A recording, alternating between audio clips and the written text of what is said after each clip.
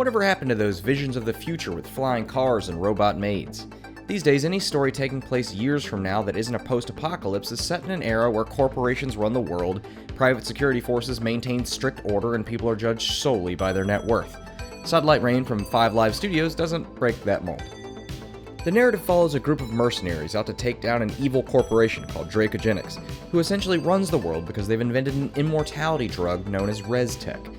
The goal is to break into the Dracogenics tower, steal ResTech, release it to the public, and subsequently the world from their stranglehold. The gameplay is what you'd expect from an old-school tactical RPG. The player commands 4 characters from the standard isometric perspective and juggles move or shoot commands with character-specific abilities. The game lends itself to tactical play as, while theoretically viable, trying to shoot your way to objectives is very difficult since the enemy gets infinitely spawning reinforcements. Instead, most players will opt to skirt around enemy patrols, cut the power to cameras, hack security terminals, or simply cloak past it all. Unfortunately, most of these abilities are not available at the beginning of the game, which can limit the player's options and make the first few hours much more difficult. Satellite Rain features an open world that's rich in detail.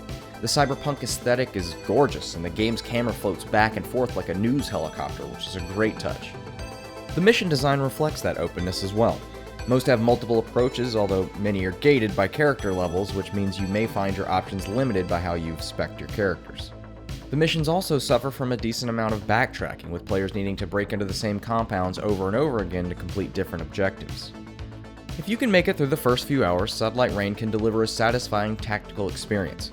The world is certainly beautiful to look at, and as long as you like reading, there's some depth behind it as well. While the amount of repetition may not lend itself to longer play sessions, playing the game is still a rewarding experience overall. It may not be the future with robot maids and hoverboards, but if you can stomach its idiosyncrasies, Satellite Rain is worth checking out.